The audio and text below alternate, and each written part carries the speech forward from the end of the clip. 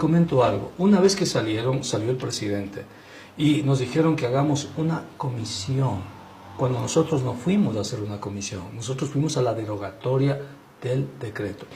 Entra el presidente de la República, se instala la reunión. En la segunda parte. En la segunda parte, ajá, después de que no me dejaron hablar, y el presidente dice: he decidido dejar sin efecto el decreto 883. Y eso es público. Sí, sí, lo vimos. Eso es público. Ajá. Inmediatamente después el Contralor dice: señor presidente, aquí tenemos el acuerdo al que hemos llegado, sin que se haya trabajado con las organizaciones. ¿Y qué es lo que propone el Contralor con el ministro de Finanzas? Y además decía: se deroga el decreto y se establece una comisión para trabajar el nuevo decreto, ¿no?, en donde consten la focalización, los subsidios y todo lo demás. Es decir, habríamos, si tú quieres, hecho tanta lucha para nada.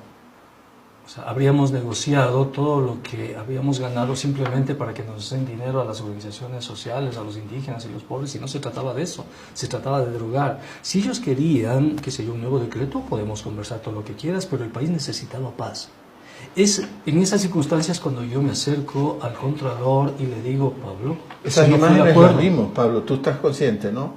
me dijeron que sí, pero yo no las vi. Las vimos porque hay alguien... Yo le dije: no, Pablo, sí. Dije: no. No hay ningún acuerdo, o sea, no, sí. Es que hemos llegado, me dice, hemos llegado a ese acuerdo, el acuerdo de volver a hacer el decreto, recuperando otra vez el mismo precio para la gente, eliminando los subsidios, que la gente siga pagando otra vez gasolina y diésel caros, pero claro, esta vez lo que se iba a recaudar nos iban a entregar a nosotros, nos iban a comprar. Eso es lo que ellos querían, y yo le digo: no hemos llegado a ese acuerdo, Pablo. Sí, se nota. Lo que hemos dicho es que se derogue el decreto. Y Pablo dice: pero se deroga con otro decreto. Exacto. Digo: por último le redactamos este momento, ¿no? Derogas el decreto 883. Es que tenemos que redactar el nuevo decreto, dice el Contralor, porque ese es el acuerdo.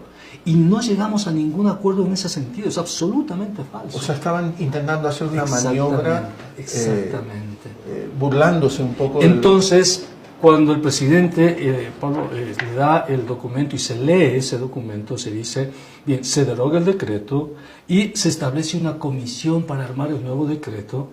Y dice, Naciones Unidas dice: bueno, en la comisión solamente pueden hablar los voceros indígenas, nadie más, y piden que yo salga. Roldán le dice, que no tengo idea qué puesto tendrá en el gobierno. Secretario del presidente. No tengo Secretario idea. del presidente.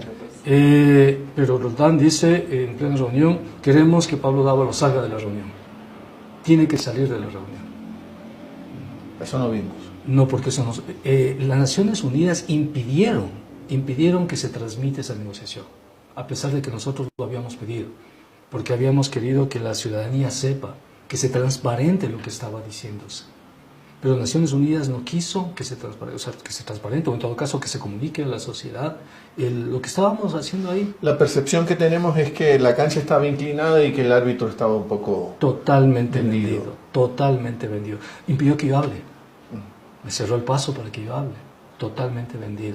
Le dio al final la palabra a este señor Roldán, que es el que cambia todo.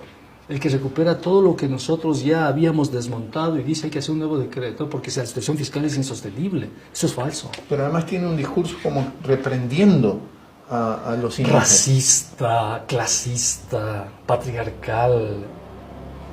Entonces fue terrible, ¿no? Pero hay una escena también, Pablo, que cuando entran de vuelta, cuando ya se termina la segunda parte, ahí vemos la intervención de Leonidas Issa, indignado. Porque no habíamos llegado a ningún acuerdo, como Leonidas dijo el está Contralor. indignado y la mesa empieza a descomponerse, ¿no? Sí. Y entonces, antes de que empiece la descomposición, todavía está ahí el presidente. Él empieza a irse cuando ya empieza a descomponerse la mesa. Y yo pensé: el presidente se va a quedar, pues no va a permitir que esto se eche a perder. El presidente se va de todas maneras, aunque ya él asiste al inicio de la descomposición de la mesa, porque Leonidas Issa está indignado. Él dice, y se refiere al Contralor. Nos manipularon. O sea, nos manipularon en el sentido de decirnos: señores, está bien, se deroga el decreto, pero aprueben el nuevo decreto que establece lo mismo. Entonces, ¿qué hicimos después? Entonces se retoman la cuestión Se ¿cuándo arman vuelve las a tomar mesas, el cauce? se arman las mesas, se establecen los Naciones Unidas quería que solo hablen los voceros indígenas, que no hable prácticamente yo. Naciones Unidas hizo todo lo posible para que no hable, todo lo posible. Llegaron incluso a la agresión verbal en mi caso.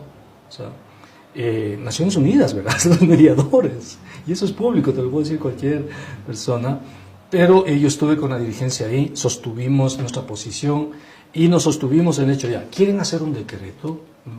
Hagamos el decreto, pero no en esta oportunidad. Reunámonos después y que sea un debate público, un debate nacional sobre qué significan los subsidios, cómo se puede hacer política agrícola, qué datos hay reales, etcétera, y protejamos a los más pobres. Pero en este momento deroguemos el decreto. Esa discusión para redactar esa frase, estuvimos trabajando hasta las 4 de la mañana con agresiones por parte y manipulaciones por parte del Estado, ¿no? Especialmente Roldán, que fue muy agresivo con respecto al movimiento indígena, con respecto a mi persona, muy agresivo, ¿no? Y intentaron manipular, pero finalmente logramos.